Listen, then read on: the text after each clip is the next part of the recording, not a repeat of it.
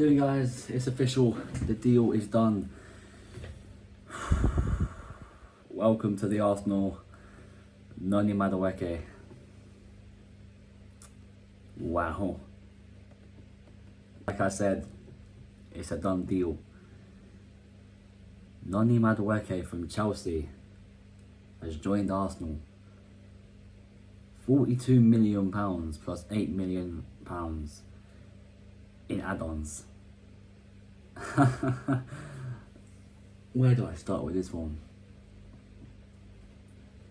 You know, this is the one signing that fans have mixed voices on.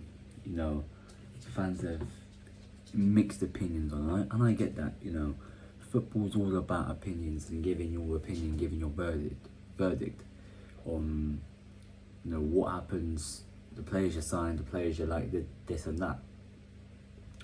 You know, this signing came very out of the blue, to be fair, as well. Now, something I was reading about this signing as well, that kind of caught my eye, is the price tag that we paid for him adds up to £50 million.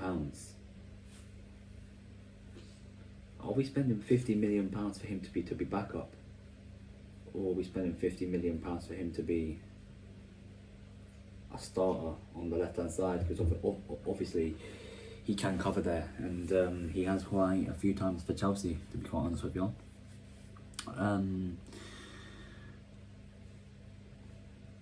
It just kind of doesn't make sense, if you want, because the man I wanted for the backup to Bukayo Saka, obviously, was Johan Bakayoko from PSV.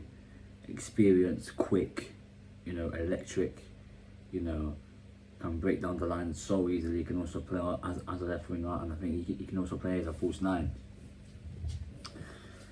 He's set to join Nottingham Forest because of the departure to Anthony Elanga to Newcastle, you know,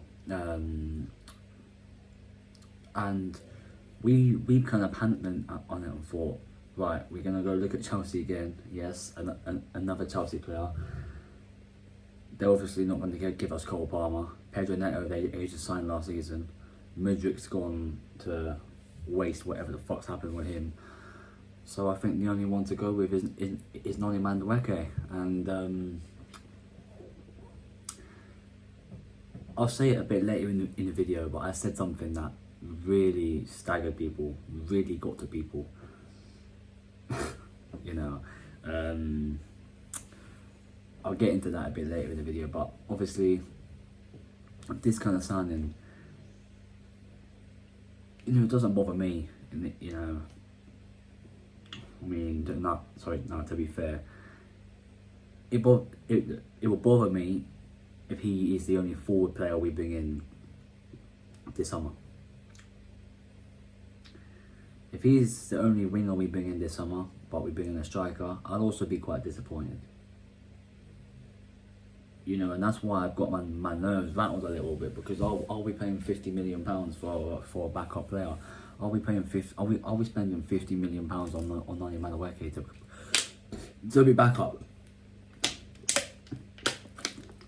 It's the question that I'm trying to ask, and obviously, look. You look at the games he played for Chelsea last season. I've got a few of them here on my iPad here. You've got the formations that Chelsea play. They play a 4-2-3-1. What Chelsea normally do is, obviously they've got Robert Sanchez in goal, is they use the centre backs as more of fullbacks. I mean, no, sorry, they use the fullbacks as more of centre backs, if that makes sense. So you'd have Reece James and Cucurella kind of coming into the middle, kind of. So you'd have all the defenders squished into one little area, leaving tight gaps, and then you'd have obviously the experience of Caicedo and Endo together with Cole Palmer in front, and then up top last season with Nicholas Jackson. That's why we didn't really see much of Madueke much last season, and because Chelsea seems to play football more kind of through the middle, they seem to play more playing out from the back kind of football, You know, they don't play that football where they go end to end. You know, week in, week out, we see Martinelli and Saka on the ball constantly, head down, focusing, dribbling, whatever. With Chelsea, it's like you don't really see Madueke getting a chance to take a man on, and that's why they moved Cole Palmer from a right winger to a cam, so they can get more out of him, and they can get and that he fit the style of play that Madueke likes to play. Do you know what I'm saying? But yeah, listen. Obviously, there could still be some new signings for that left wing spot. I fucking hope there are. You know, Rodrigo's probably the one I want to see come in. And then I said to people, if we can't get him, go and get Rafa Leao. Go for it. Try something new, because you never know what happens. You know, I'm hearing this talk about Anthony Gordon. No, thank you. No, thank you. The reason I'm kind of worried about that is because Anthony Elanga's gone to Newcastle, so it's like, they can sort themselves out, Newcastle. And I touched on this one, yeah. Obviously, Madueke didn't really get. Let me speak about Madueke himself, alright? Because the video is based about Madueke himself. Let me speak about Madueke himself, right? Born and raised in London, of course. Played for PSV before he joined Chelsea, which was very interesting, you know. And I remember him from his PSV days. And at the time of speaking, he was one of the hottest wingers in Europe, potentially even world football. He got that big money move to Chelsea. I forgot how much it was for. I think it was quite cheap, to be fair. I think it was about 30 million. He went to Chelsea for, maybe even 25, something along them lines anyway. And it just hasn't worked out for him, to be quite honest with you. He's had moments in there, of course. Like last season, scored a hat-trick at Molyneux away at Wolves. But apart from that, hasn't really done anything. You know, has his moments here and there. You know, but I feel with the way PSV played and still do play, it allowed it's very similar to the way we play, which is using the wingers and cutting inside. Inverted wingers is what I like to call them. A left-footed right winger and a right-footed left winger. That's what we like to do. At PSV, we got to see the best of Madueke, because he was able to get involved in the game, the build-up play, you know. And I think that's also kind of why he's decided now he wants to leave Chelsea. You might sit there, oh, but he's just won the Conference League, this and that.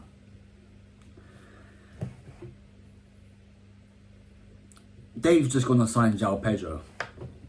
They've also signed Liam Delap. And this Tyreek George fella, I've got to say, is pretty fucking good. So I feel like if Madueke had stayed at Chelsea, it could be a season where he falls down the pecking order. You know, which is why I think a move is right for him. Especially a move to the biggest club in London, aka this club here, Arsenal. And look, I want to touch down on something very quickly as well. You might have seen the reports. Was it Friday or was it Thursday? Friday morning actually. So yesterday morning. So when we announced, obviously, when Fabrizio Romano and David Ornstein put out the "Here we go" for Madueke. The following morning, an Arsenal fan, apparently a lifelong Arsenal fan, you know the murals underneath the bridge, you kind of have that tunnel, the arch kind of tunnel, where the walk to the Emirates is, and then you turn, and then the Emirates is literally there, and it has all the players' pictures. I was seeing things like Arteta, a picture of Arteta with the CUNT. I'm not going to say them words on there because I'd get banned, but CUNT, you know, and then Arteta out and all this bullshit, yeah.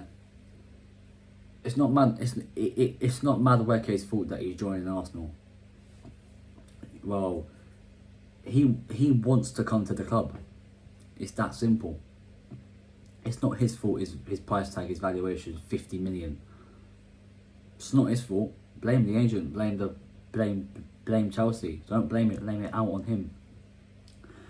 But most importantly, don't be sending his family death threats, which is what some of our fan base have been doing. I've addressed something like this before with Kai Havertz a few months back about the wife and the baby. There's no need for it, man. It's just no need for it at all. At the end of the day, it's just football. Enjoy it, you know, play it, watch it, do whatever, right? But don't be bringing people's families and whatever into it, in the culture, the background, and skin colour, and do you know what I mean? Ethnicity. It's that shit's just not on, and I can't accept that shit. In my opinion, that shit is just unacceptable. And the Arsenal fan that has done this has apparently been arrested on suspicion of vandalism. So yeah, listen, give that guy a stadium ban. Never let him back there near the Emirates again. It's that simple. And listen, like I said, I'm gonna support Madueke all I can. You know, he's an Arsenal player now. You know, and I've always said on this channel, anyone who puts on an Arsenal kit, I'm gonna support until the very end. You know, I'm gonna support that player, even if I don't like the player. I'm still gonna support them. I didn't like Raheem Sterling, and I still don't like him, but I supported him because he played for the club. Do you get what I'm saying? Let me get into the thing I was gonna say to you earlier.